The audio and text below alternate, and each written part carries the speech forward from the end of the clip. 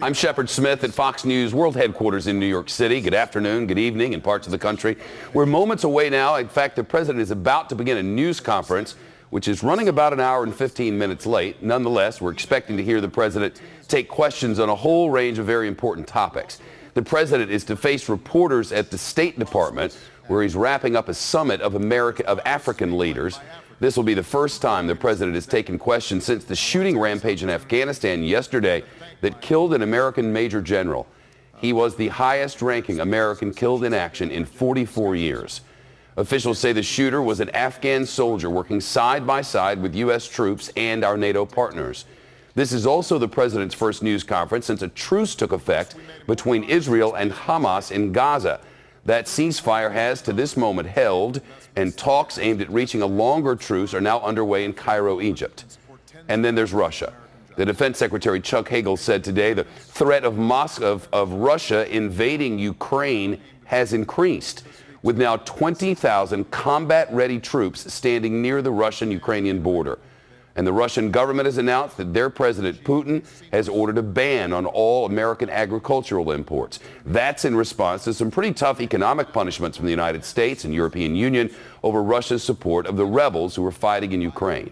There's also the Ebola crisis. The Centers for Disease Control and Prevention just announced it has raised its response to the highest level, meaning all hands on deck. Officials claim that is not in response to the threats in the United States, but to the worst ever outbreak in Africa, which has killed now close to 1,000 people. So there's a lot to cover and a lot of questions from the press corps. We'll listen in as the president makes his opening statement. Then we're expecting questions from reporters for 30 or 45 minutes or so. So here we go to the President of the United States. Our Young African Leaders Initiative. I think there's an increasing recognition that if countries are going to reach their full economic potential, then they have to invest in women, their education, their skills, and protect them from gender-based violence. And that was a topic of conversation this afternoon. And this week, the United States announced a range of initiatives to help empower women across Africa. Our new Alliance for Food Security and Nutrition continues to grow, aiming to lift 50 million Africans from poverty. In our fight against HIV/AIDS, we'll work with 10 African countries to help them double the number of their children on life-saving antiretroviral drugs. And even as the United States is deploying some of our medical first responders to West Africa to help control the Ebola outbreak, we're also working to strengthen public health systems, including joining with the African Union to pursue the creation of an African Centers for Disease Control. I also want to note that the American people are renewing their commitment to Africa. Today, Interaction, the leading alliance of American NGOs, is announcing that over the next 3 years, its members will invest $4 billion to promote maternal health, children's health, and the delivery of vaccines and drugs. So this is not just a government effort, it is also an effort that's spurred on by the private sector. Combined with the investments we announced yesterday and the commitments made today at the symposium hosted by our spouses, that means this summit has helped to mobilize some $37 billion for Africa's progress on top of, obviously, the substantial efforts that have been made in the past. Second, we address good governance, which is a foundation of economic growth in free societies. Some African nations are making impressive progress, but we see troubling restrictions on universal rights. So today was an opportunity to highlight the importance of rule of law, open and accountable institutions, strong civil societies, and protection of human rights for all citizens and all communities. And I made the point during our discussion that nations that uphold these rights and principles will ultimately be more prosperous and more economically successful. In particular, we agreed to step up our collective efforts against the corruption that costs African economies tens of billions of dollars every year, money that ought to be invested in the people of Africa. Several leaders raised the idea of a new partnership to combat illicit finance, and there was widespread agreement. So we decided to convene our experts and develop an action plan to promote the transparency that is essential to economic growth. Third, we're deepening our security cooperation to meet common threats from terrorism to human trafficking. We're launching a new security governance initiative to help our African countries continue to build strong professional security forces to provide for their own security. And we're starting with Kenya, Niger, Mali, Nigeria, Ghana, and Tunisia. During our discussions, our West African partners made it clear that they want to increase their capacity to respond to crises. So the United States will launch a new effort to bolster the region's early warning and response network and increase their ability to share information about emerging crises. We also agreed to make significant new investments in African peacekeeping. The United States will provide additional equipment to African peacekeepers in Somalia and the Central African Republic. We will support the African Union's efforts to strengthen its peacekeeping institutions. And most importantly, we're launching a new African peacekeeping rapid response partnership with the goal of quickly deploying African peacekeepers in support of UN or AU missions. And we'll join with 6 countries that in recent years have demonstrated a track record as peacekeepers: Ghana, Senegal, Rwanda, Tanzania, Ethiopia, and Uganda. And we're going to invite countries beyond Africa to join us in supporting this effort, because the entire world has a stake in the success of peacekeeping in Africa. In closing, I just want to say that this has been an extraordinary event, an extraordinary summit. Given the success that we've had this week, we agreed that summits like this can be a critical part of our work together going forward, a forcing mechanism for decisions and action. So we agreed that the U.S.-Africa Leaders Summit will be a recurring event to hold ourselves accountable for our commitments and to sustain our momentum. And I'll strongly encourage my successor to carry on this work, because Africa must know that they will always have a strong and reliable partner in the United States of America. So with that, I'm going to take a couple of questions. I'm going to start with Julie Pace of Associated Press. Where's Julie? There she is. Thank you, Mr. President. There's been a lot of discussion surrounding this summit about the Ebola outbreak in West Africa, and there's an untested and unapproved drug in the U.S. that appears to be helping some of the Americans who are infected. Is your administration considering at all sending supplies of this drug, if it becomes available, to some of these countries in West Africa? And could you discuss a bit the ethics of either providing an untested drug to a foreign country or providing it only to Americans and not to other countries that are harder hit if it could possibly save lives? Well, I think we've got to let the science guide us. I don't think all the information's in on whether this drug is helpful. What we do know is that the Ebola virus, both currently and in the past, is controllable if you have a strong public health infrastructure in place. And the countries that have been affected are the first to admit that what's happened here is that their public health systems have been overwhelmed. They weren't able to identify and then isolate cases quickly enough. You did not have a strong trust relationship between some of the communities that were affected and public health workers. As a consequence, it spread more rapidly than has been typical with the periodic Ebola outbreaks that have occurred previously. But despite, obviously, the extraordinary pain and hardship of the families and persons who've been affected, and despite the fact that we have to take this very seriously, it is important to remind ourselves this is not an airborne disease. This is one that can be controlled and contained very effectively if we use the right protocols. So what we've done is to make sure that we're surging not just U.S. resources, but we've reached out to European partners and partners from other countries, working with the WHO. Let's get all the health workers that we need on the ground. Let's help to bolster the systems that they already have in place. Let's nip as early as possible any additional outbreaks of the disease. And then, during the course of that process, I think it's entirely appropriate for us to see if there are additional drugs or medical treatments that can improve the survivability of what is a very deadly and obviously brutal disease. So we're focusing on the public health approach right now because we know how to do that, but I will continue to seek information about what we're learning with respect to these drugs going forward. For this to be effective, would you support fast-tracking its approval in the United States? I think it's premature for me to say that because I don't have enough information. I don't have enough data right now to offer an opinion on that. John Carl, ABC News. Thank you, Mr. President. When you were running for president, you said, quote, "The biggest problems we're facing right now have to do with George Bush trying to bring more and more power into the executive branch and not go through Congress at all, and that's what I intend to reverse."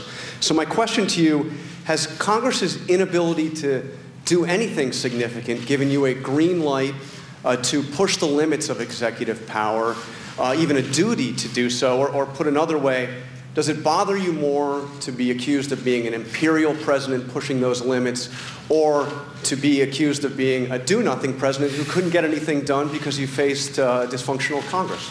Well, I think that I never have a green light. I'm bound by the Constitution. I'm bound by separation of powers. There's some things we can't do. Congress has the power of the purse, for example. I would love to fund a large infrastructure proposal right now that would put millions of people to work and boost our GDP. We know we've got roads and bridges and airports and electrical grids that need to be rebuilt. But without the cooperation of Congress, what I can do is speed up permitting process, for example. I can make sure that we're working with the private sector to see if we can channel investment into much-needed projects. But ultimately, Congress has to pass a budget and authorize spending. So I don't have a green light.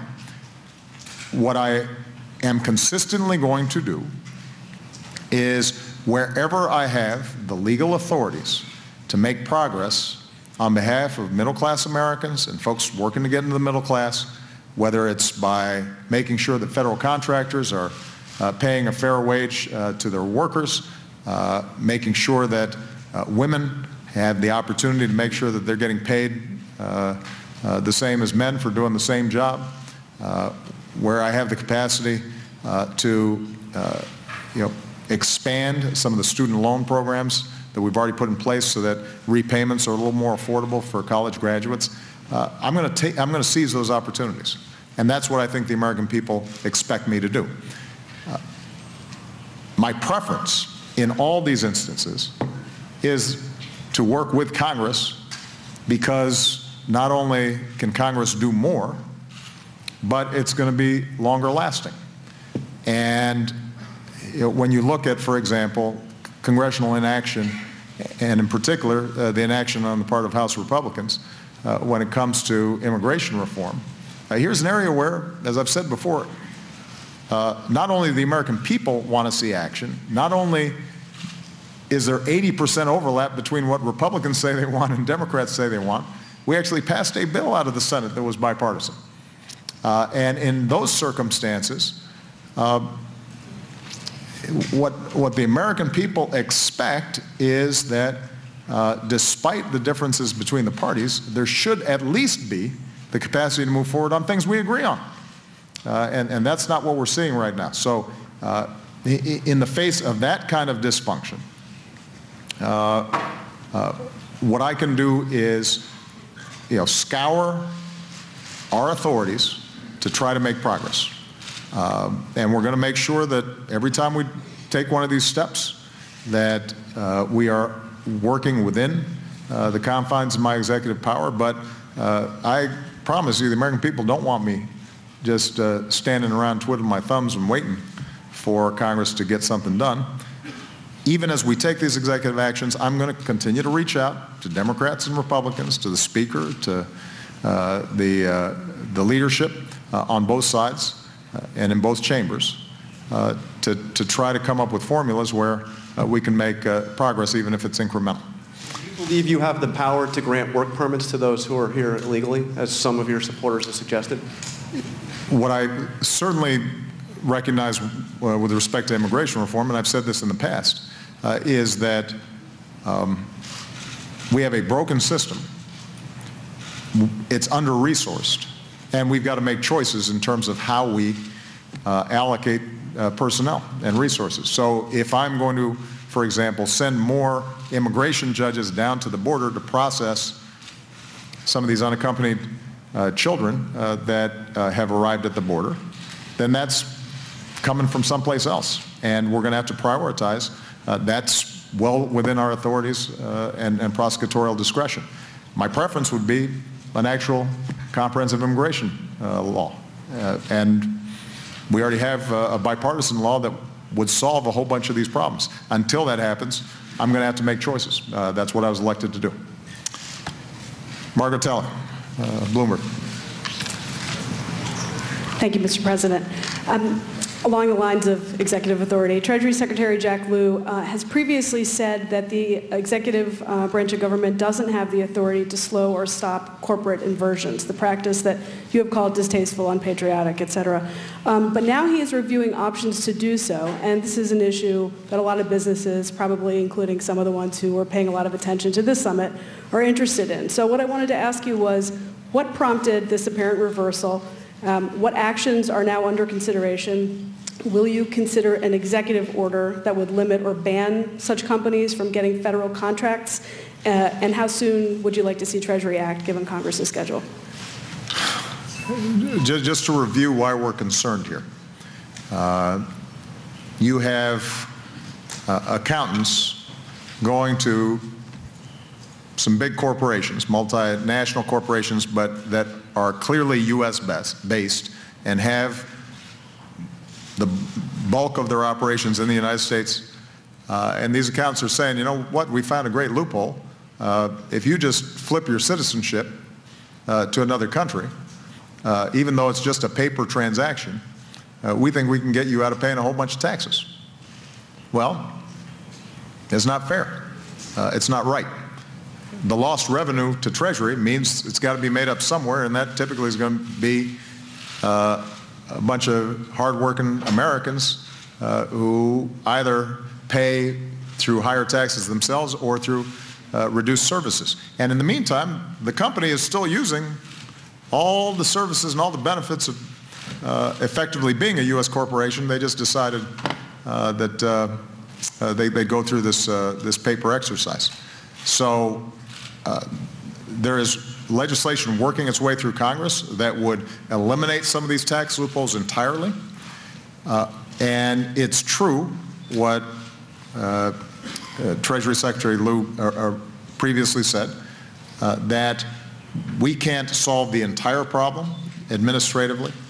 But what we are doing is examining, are there elements to how existing statutes are interpreted by rule or by regulation or tradition or practice that can at least discourage some of the folks who may be trying to take advantage of this loophole. And I think it's something that would really bother the average American, the idea that somebody renounces their citizenship but continues to entirely benefit from operating in the United States of America, just to avoid paying a whole bunch of taxes. We're reviewing all of our options, as usual, and related to the answer I gave Jonathan about executive actions. My preference would always be for us to go ahead and get something done in Congress. And keep in mind, it's still a small number of companies that are resorting to this, because I think most American companies are proud to be American, recognize the benefits of being American, and are responsible actors and willing to pay their fair share of taxes to support all the benefits that they receive from being here. But you know, we don't want to see this trend grow.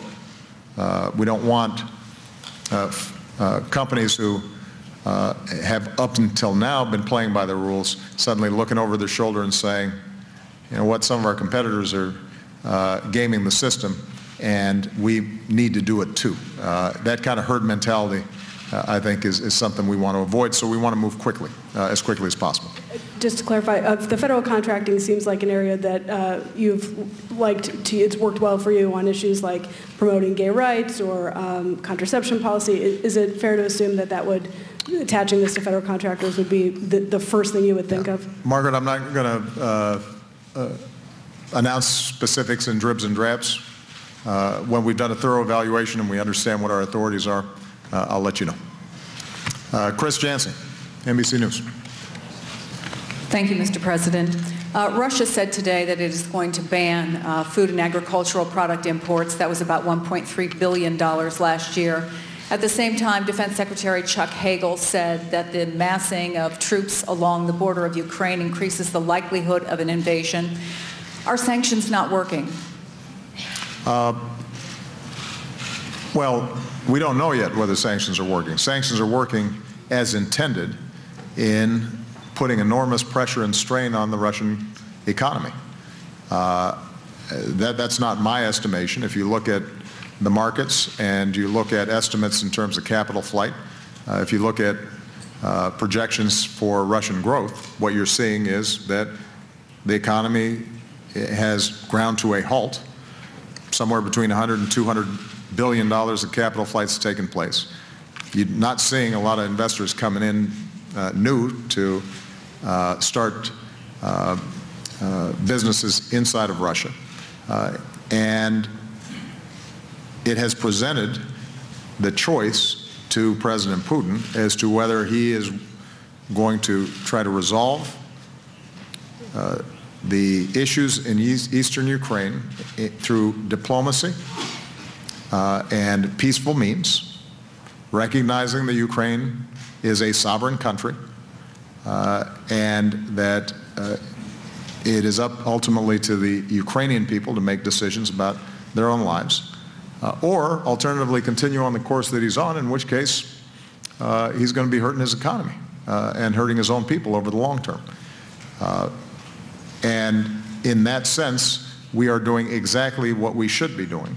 And we're very pleased that our European allies and partners joined us in this process, as well as a number of countries around the world. Having said all that, the issue is not resolved yet. You still have fighting in eastern Ukraine. Civilians are still dying. We've already seen some of the consequences of this conflict in the loss of the Malaysian Airlines airline or jetliner. And the sooner that we can get back on a track in which there are serious discussions taking place to assure that all Ukrainians are heard, that they can work through the political process, that they're represented, that the reforms that have already been offered by the government in Kiev are implemented to protect Russian speakers, to assure decentralization of power. The sooner that we move on those, and the sooner that President Putin recognizes that Ukraine is an independent country, it's only at that point where we can say that the problem's truly been solved. But in the meantime, sanctions are working the way they're supposed to. The troops that are massing on the border are more highly trained. They seem to have more sophisticated weaponry, according to intelligence. Does that make you reconsider, as a few Democrats have suggested, providing lethal aid to Ukraine, given those troop movements? Well, keep in mind that the Russian army is a lot bigger than the Ukrainian army. So the issue here is not whether the Ukrainian army has some additional weaponry. At least up until this point, they've been fighting a group of separatists who have engaged in some terrible violence, but who can't match the Ukrainian army. Now, if you start seeing an invasion by Russia, that's obviously a different set of questions. We're not there yet.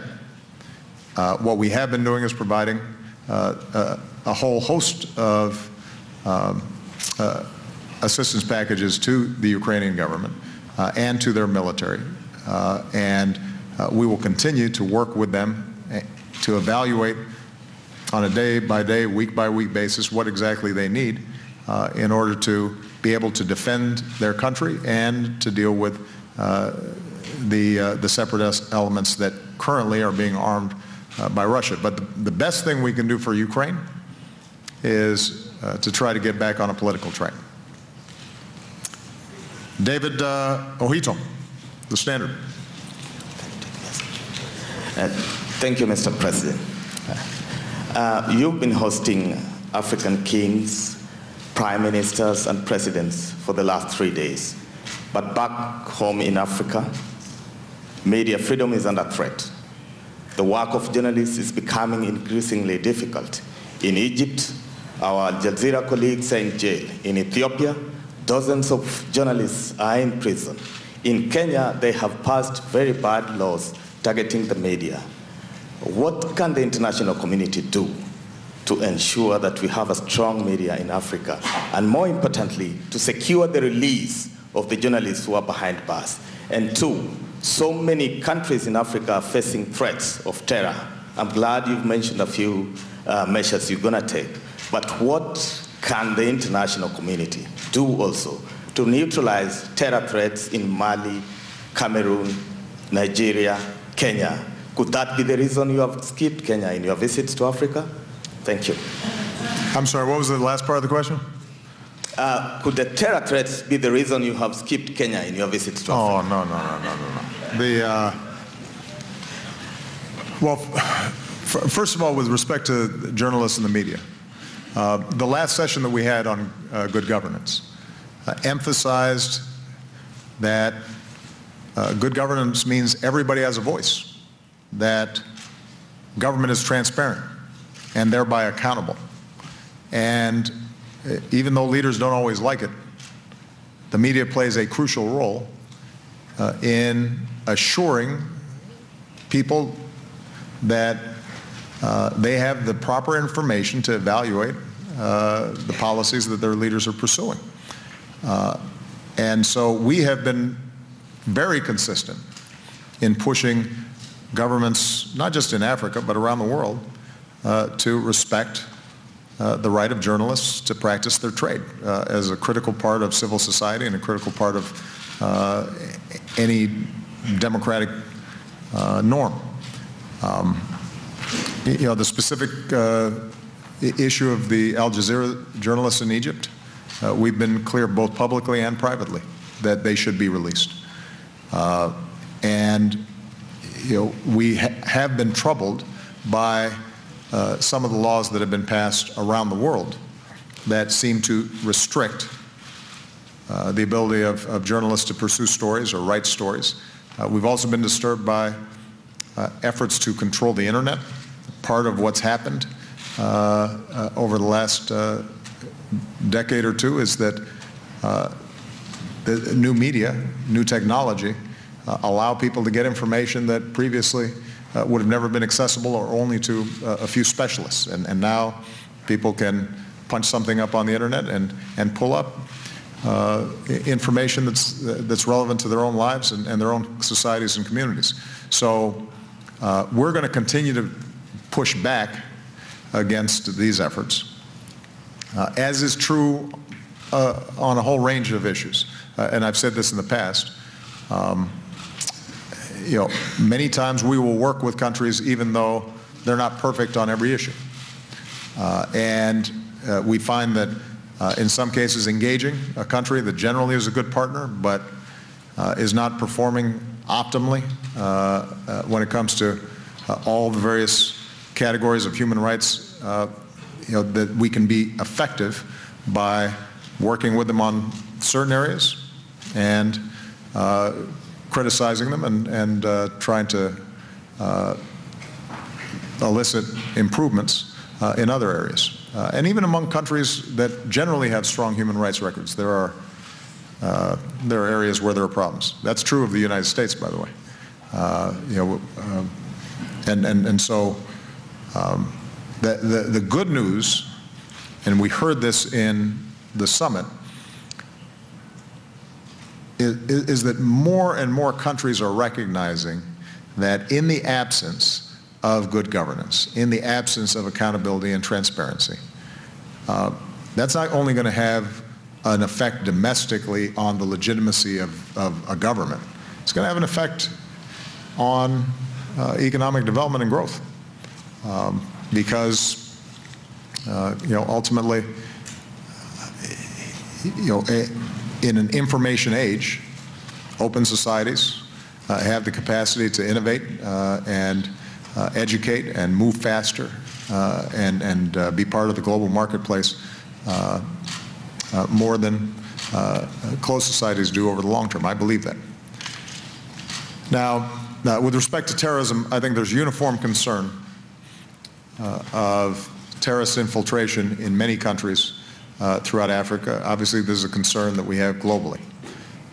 A lot of the initiatives that we put forward were designed to partner so that countries, first and foremost, can deal with these problems within their own borders or regionally.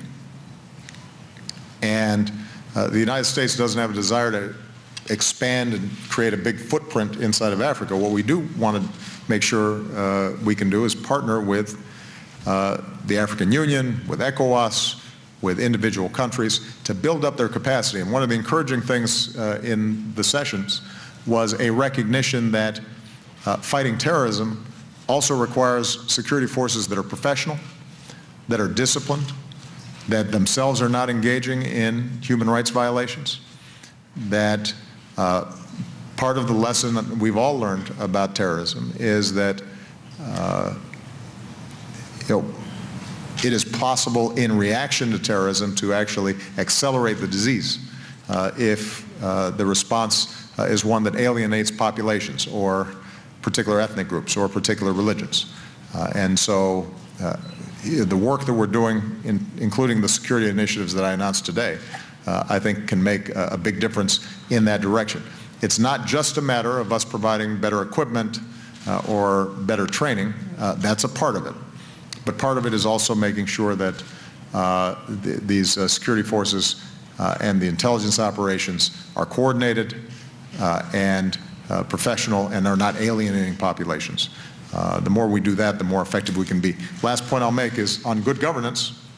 One of the best inoculators against terrorist infiltration is a society in which everybody feels as if they have a stake in the existing order and they feel that their grievances can be resolved through political means rather than through violence.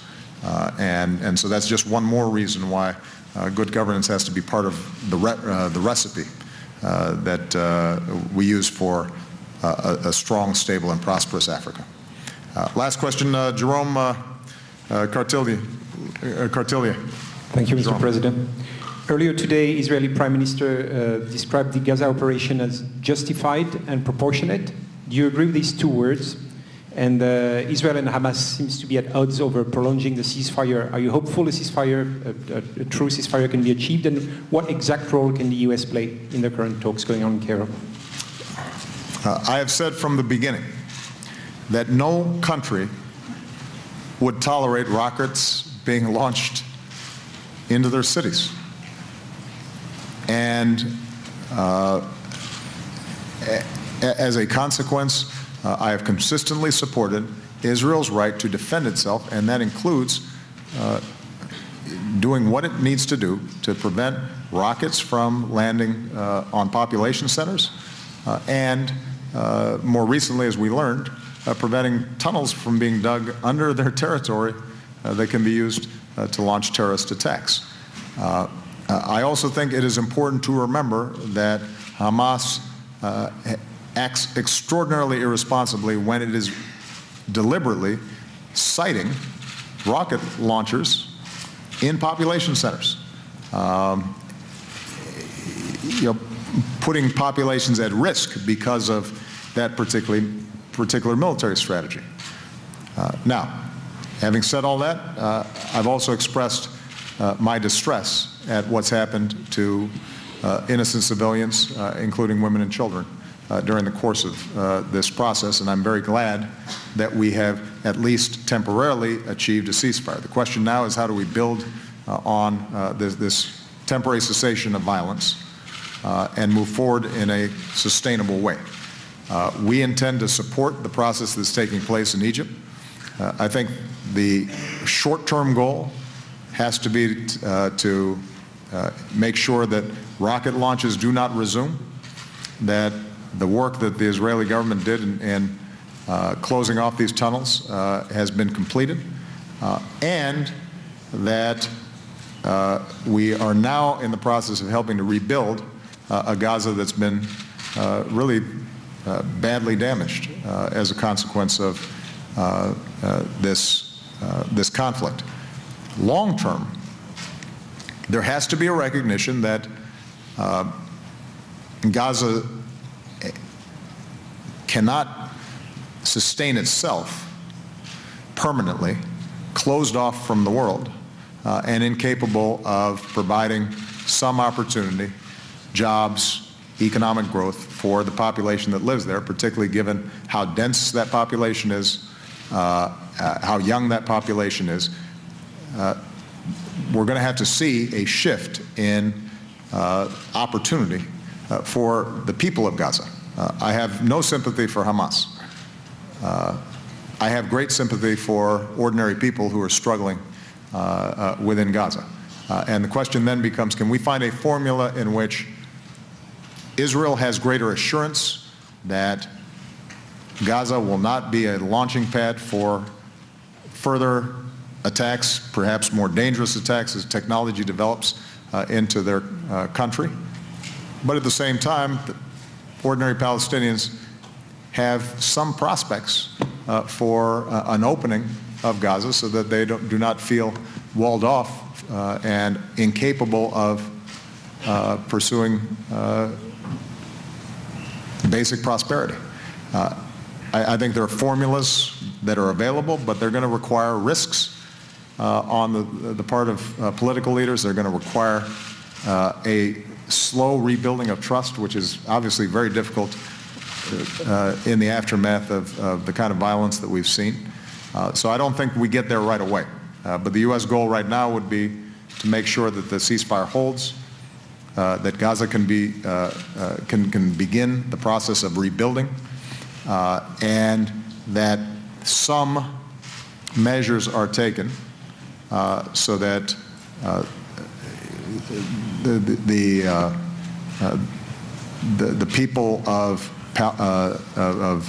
Gaza feel some sense of hope, and the people of Israel feel confident that they're not going to have a repeat of the kind of rocket launches that we've seen over the last several weeks. And Secretary Kerry has been in consistent contact with all the parties involved. We expect we will continue to be trying to work as diligently as we can to move the process forward. It is also going to need to involve the Palestinian leadership in the West Bank. I have no sympathy for Hamas. I have great sympathy for some of the work that has been done in cooperation with Israel and the international community by the Palestinian Authority. And they've shown themselves to be responsible. They have recognized Israel. They are prepared to move forward to arrive at a two-state solution. I think Abu Mazen is sincere in his desire for peace.